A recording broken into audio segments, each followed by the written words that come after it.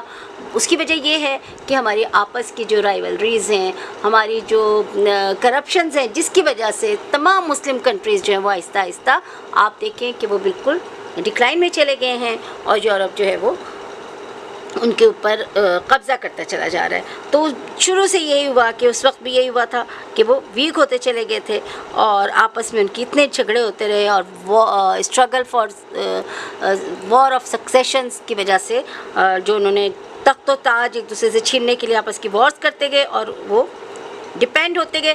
اچھا، اس کے ساتھ ساتھ یورپ جو تھا وہ انڈسٹری میں، ایجوکیشن میں، نالج میں انہوں نے بہت زیادہ اپنی ویلتھ کو بڑھاتے چلے گئے، اور پھر ایک وقت ایسا آیا کہ مسلمان جو تھے وہ پورے کے پورے ویلتھ کے لیے یورپ کے اوپر ڈپینڈ کرنا شروع ہو گئے۔ Okay, by the and of the 19th century the Muslim world was completely dominated by Europe, which gradually colonized these countries. Colonized, okay. Colonized کا کیا مطلب ہے؟ Colonized کا مطلب یہ ہوتا ہے کہ یہ جو کنٹریز تھے، یورپ نے آہستہ آہستہ مسلمانوں کے ان علاقوں کو اپنی جاگیر بنا لیا، اپنی کالونی بنا لیا۔ مطلب وہ پورا کا پورا جب ان کے اوپر ڈپینڈ کرنے لگ گئے تو انہوں نے ان کے اوپر قبضہ کر لیا، اور وہ ان سے تمام اختیارات چھین کے اپنے پاس لے لیے۔ تمام اتھارٹیز، تمام جو بڑے بڑے ادارے تھے، وہ سب کے سب یورپ نے اپنے قبضے میں کر لیا اور ان کو اپنی جاگیر بنا لیا تھا، ٹھیک ہے، مسلمانوں کے علاقوں۔ جس طرح سے برٹش نے جو تھا وہ کیپچر کر لیا تھا سب کانٹیننٹ کو، حالانکہ مسلم اور ہندوز وہاں پہ پہلے سے رہتے تھے۔ مغلز جو مسلمانوں تھے ان سے انہوں نے اقتدار چھین لیا تھا، اور ان کو اپنی کالونی، یعنی ہندوز کو اور مسلمس کو اپنی کالونی بنا لیا۔ تقریباً 1 صدی تک انہوں نے قبضہ کیا، اور تمام اتھارٹی جو تھی وہ برٹش نے اپنے پاس لے لی تھی، ٹھیک ہے۔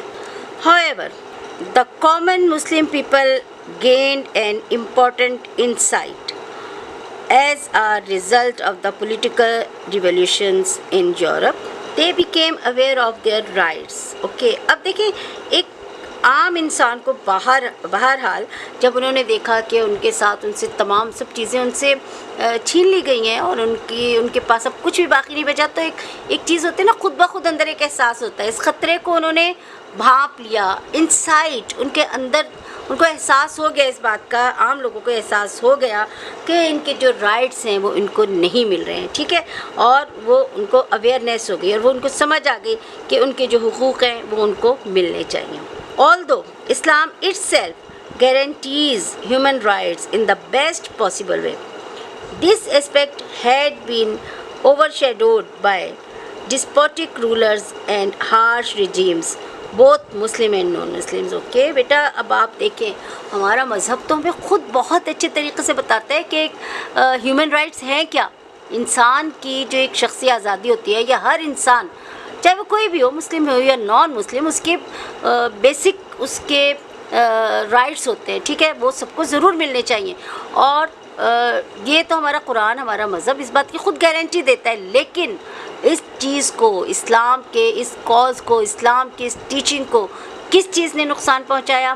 جو چاہے وہ نان مسلم رولرز تھے یا مسلم رولرز تھے، جو کہ ظالم بن گئے، جو کہ اتھارٹیٹیو بن گئے، جو کہ جابر بن گئے، جنہوں نے لوگوں سے ان کے حقوق دینا چھوڑ دیے، ٹھیک ہے، اور ان کے اوپر ظلم اور زیادتی کرنے لگے، ٹھیک ہے، یعنی کہ جو بیسک رولز تھے نا، اور جو ہر انسان کی جو شخصی آزادی تھی، اس چیز کو انہوں نے ختم کر دیا اور بادشاہت بنا لی، قائم کر لی۔ Slowly the Muslims began to awaken, and as some of them acquired worthwhile education, a number of important personalities emerged on the scene as leaders. Okay, اللہ تعالیٰ کو رحم آ گیا، آہستہ آہستہ مسلمانوں کے اندر وہ جاگنا شروع ہوئے، ٹھیک ہے، اور کچھ ایسے لوگ تھے جنہوں نے تعلیم حاصل کی اس زمانے میں، اور اس میں سے بہت اہم پرسنالٹیز ہیں جن کے بارے میں، جو کہ ایک لیڈر کے طور پر ابھرے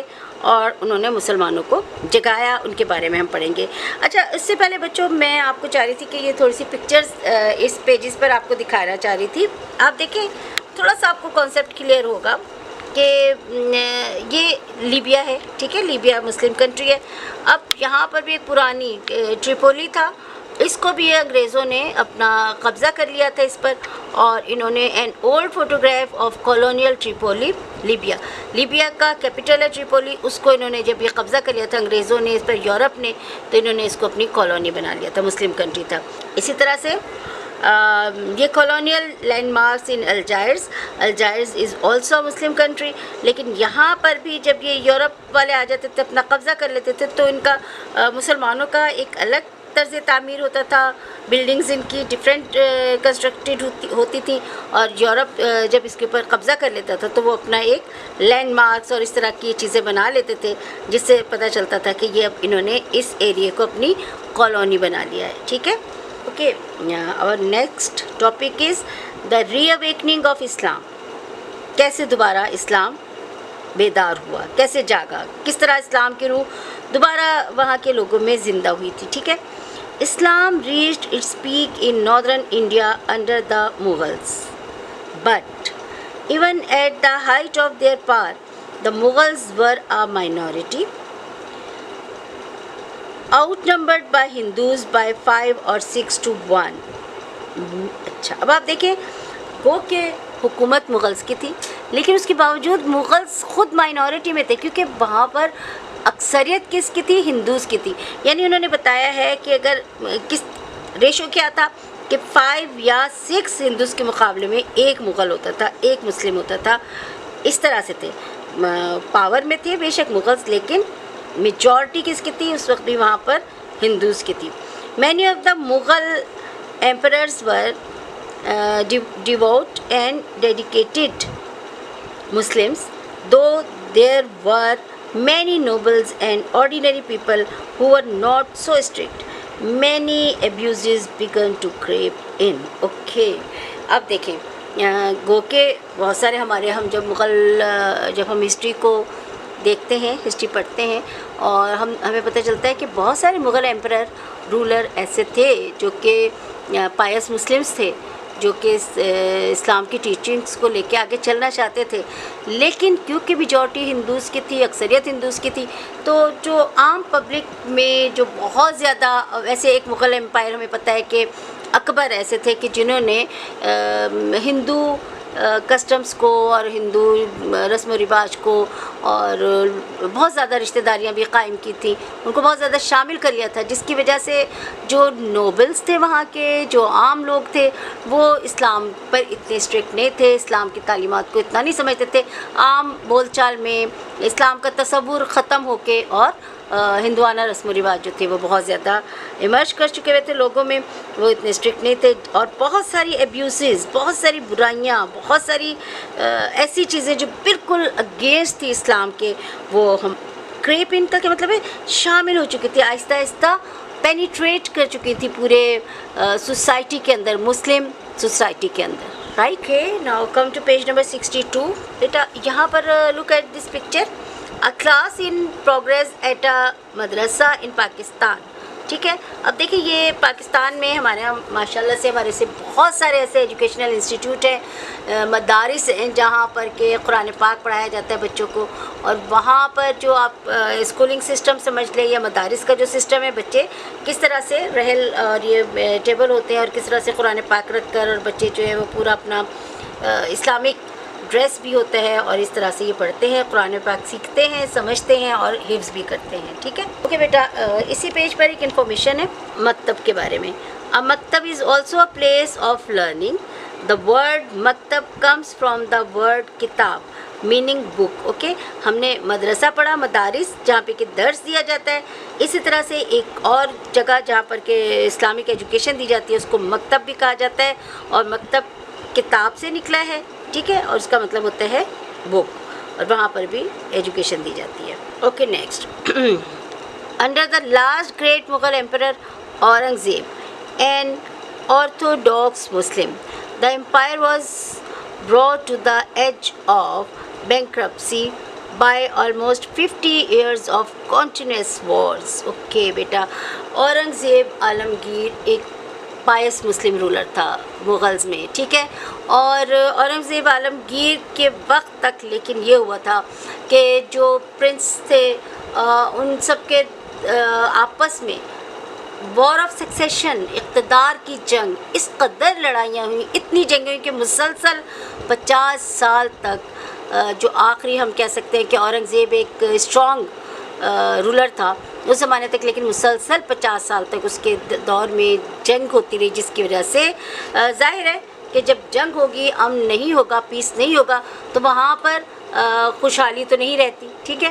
اور وہ پورا ملک جو تھا وہ دیوالیہ ہو گیا تھا. دیوالیہ بینکرپسی کہتے ہیں اس کو، کہ وہ قرضوں کے بوجھ تلے دب گیا تھا. جو پہلے ایک ایسا بر صغیر ایسی جگہ تھی، سب کانٹیننٹ ایسی جگہ تھی جو کہ اپنی دولت کی وجہ سے، اپنی ویلتھ کی وجہ سے، اپنے نیچرل ریسورسز کی وجہ سے پوری دنیا کے لیے اٹریکشن کا باعث تھی، اور لیکن ان کی آپس کی خانہ جنگیوں کی وجہ سے، آپس کی ویکنیسز کی وجہ سے، عیاشیوں کی وجہ سے وہ بالکل بینکرپسی پہ آ گیا تھا. اور اس کی وجہ کیا ہوئی تھی کہ تقریباً 50 ایئرس سے مسلسل جنگ ہو رہی تھی، ٹھیک ہے، اور اس کی وجہ سے یہ ہو گیا تھا. After Aurangzeb's death in 1707, there was a succession of emperors who looked for little but their own pleasures, and by the beginning of the 18th century, the Europeans were increasingly exerting their influence. Okay. اچھا، جب اب اورنگزیب نے بڑی جد و جہد کی، لیکن جب ان کی ڈیتھ ہو گئی تو ان کی ڈیتھ کے بعد کیا ہوا کہ بہت سارے سکسیشن آف ایمپررز بہت تھوڑے عرصے کے لیے آتے رہے، ٹھیک ہے، لک فار لٹل، وہ آتے رہے، لیکن ہوا کیا کہ بٹ دیئر اون پلیجرز، وہ کیا کرتے رہے، بس عیش و آرام میں پڑے، عیش و عشرت میں پڑے رہے. انہوں نے اسلام کے لیے، عوام کے لیے اور لوگوں کے لیے کوئی کام نہیں کیا، بلکہ اپنے عیش و عشرت میں پڑے رہے. اور پھر اس کے بعد جب 18th سینچری اسٹارٹ ہوئی تو یورپ کے لوگ جو تھے وہ آہستہ آہستہ ایسٹ انڈیا کمپنی وہاں پر سب کانٹیننٹ میں آ چکی ہوئی تھی، اور انہوں نے آہستہ آہستہ وہاں پر اپنا انفلوئنس، اپنا اثر جو تھا وہ بہت زیادہ قائم کر لیا تھا. Okay, next, the Muslims of the subcontinent weakened as a community as a result of ineffective leadership and frequent fighting amongst themselves as well as against the Sikhs and Marathas. Okay. اچھا، اب دیکھیں ہوا کیا تھا. اب جو سب continent کے وہ کیوں ایک کمیونٹی کے طور پر ویک ہوئے تھے، وہ کس چیز کے نتیجے؟ ایک تو ان کے پاس کوئی افیکٹو لیڈرشپ تھے ہی نہیں، کوئی مضبوط اسٹرانگ لیڈرز ہی نہیں تھے، اور اس کے علاوہ فریکوینٹ فائٹنگ، تقریباً 50-60 سال سے مسلسل آپس میں ان کی جو تھی وہ خانہ جنگی ہو رہی تھی، لڑائی ہو رہی تھی، فائٹنگ آپس میں ہی لڑے جا رہے تھے. ایک تو وہ آپس میں لڑ رہے تھے، اس وجہ سے بھی کمزور ہوئے، اور اس کے ساتھ ساتھ ان کے خلاف جو سکھ تھے وہاں کے، وہ بھی مسلمانوں کے ساتھ لڑائی کرتے تھے. وہ ان کو یعنی انٹرنلی بھی اور باہر کی طرف سے بھی ان کو. اور اس کے علاوہ مرہٹے کون تھے؟ ہندو راجے تھے، راجپوت راجے تھے. یہ بھی مسلمانوں کے ساتھ مسلسل چھوٹی چھوٹی ریاستوں کے تھے، یہ بھی مسلمانوں کے ساتھ جنگ کر رہے تھے، سکھس بھی جنگ کر رہے تھے. ان کی آپس کی لڑائیاں تھیں جس کی وجہ سے مسلمان جو تھے وہ آہستہ آہستہ کمزور ہوتے گئے. And this allowed the French and finally the British to gradually take over almost the entire country. ٹھیک ہے، اور ظاہر ہے جب آپ یہی بات ہوتی ہے بیٹا، جب آپ آپس میں اتحاد نہیں ہوگا نا، یونٹی نہیں ہوگی، ڈسپلن نہیں ہوگا، تو پھر دوسرے لوگ تو اس سے فائدہ اٹھاتے ہیں. اور بالکل یہی ہوا، برٹش نے بھی اس چیز کا فائدہ اٹھایا، اور انہوں نے آہستہ آہستہ اپنا انفلوئنس بڑھاتے چلے گئے. انہوں نے کہا یہ تو خود اپنی جنگوں میں اپنے ایک دوسرے کے ساتھ ہی یہ لوگ تو سنسیئر نہیں ہیں، لہٰذا ان کو آپس میں ڈیوائڈ کرو، ان کو آپس میں لڑوا دو اور ان کے اوپر قبضہ کر لو. اور آج تک یہی پالیسی جو ہے نان مسلمز اپنائے ہوئے ہیں، اور ہمارے مسلمان جو ہیں وہ خود ہی اپنے پیر پر کلہاڑی مار رہے ہیں. But there were also some wise and sensible people who realized the importance of unity, education and a common purpose for the Muslims. اتنی ورس کنڈیشن کے باوجود بہرحال پھر بھی کچھ لوگ ایسے تھے جو کہ عقل مند تھے، سینسیبل تھے، اور جو اس بات کو سمجھتے تھے کہ یونٹی، ایجوکیشن اور جو مسلمانوں کے کامن پرپزز ہیں ان کو فوکس کرنے کی ضرورت ہے.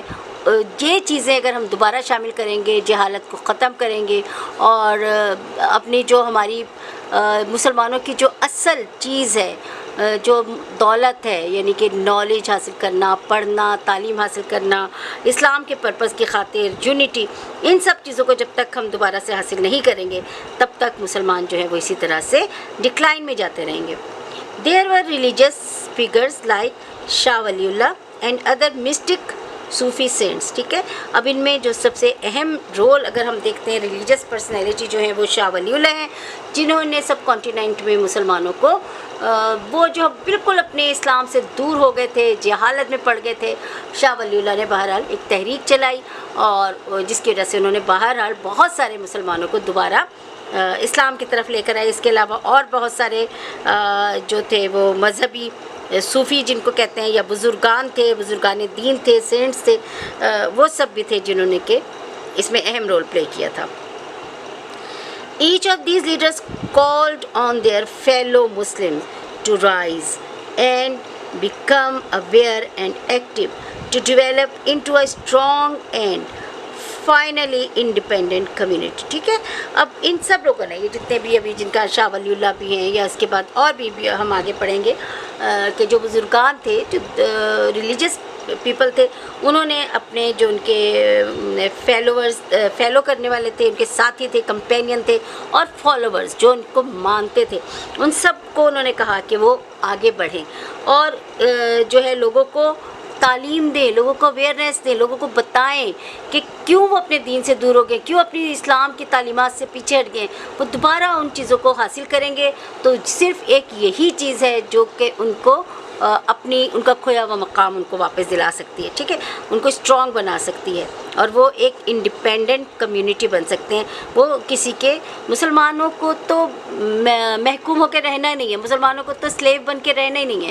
اللہ تعالیٰ نے اسلام کو تو سربلندی عطا کی ہے. ٹھیک ہے، تو مسلمانوں کی یہ شان نہیں ہے کہ وہ کسی کے سلیو بن کے رہیں. The madrasas and maktabs as the basic centers of Islamic learning played a major role in the revival of the Muslims. Ulama, as the scholars were known, advocated a return to Quranic principles to reform society. Okay, اب کیا دو educational جو places تھی وہ کون کون سی ہیں؟ مدرسے اور مکتب، جس کے بارے میں نے آپ کو بتایا پہلے. وہ بیسک سینٹرز تھے جہاں پر کہ اسلامک تعلیم حاصل کی جاتی تھی اور انہوں نے بہت اہم رول ادا کیا مسلمانوں کو دوبارہ سے ریوائیو کرنے میں، مسلمانوں کو بیدار کرنے میں، ان کو دوبارہ ان کا مقام دلانے میں. اور اسی طرح سے جو علماء ہیں، عالم دین تھے، ان کو کیا سمجھا جاتا ہے کہ انہوں نے قرآن کے جو پرنسپلز ہیں ان کو استعمال کیا، لوگوں کو بتایا، سمجھایا. وہ ایک اسکالرس تھے اور انہوں نے قرآن کے اصولوں کو بتا کر سوسائٹی کی اصلاح کی. ریفارم سوسائٹی کا مطلب سوسائٹی کی انہوں نے اصلاح کی. ٹھیک ہے، اوکے اسٹوڈنٹس، یہاں تک آج ہم پڑھیں، یہاں تک ہم نے پڑھا ہے. انشاءاللہ نیکسٹ لیکچر میں ہم شاہ ولی اللہ اور سید احمد شہید کے بارے میں پڑھیں گے اور کچھ کویسچنس بھی کریں گے. اور آپ یہاں تک آپ اس کو اسٹڈی کیجیے گا، ریڈنگ کیجیے گا. ٹھیک ہے، اوکے، ٹیک کیئر.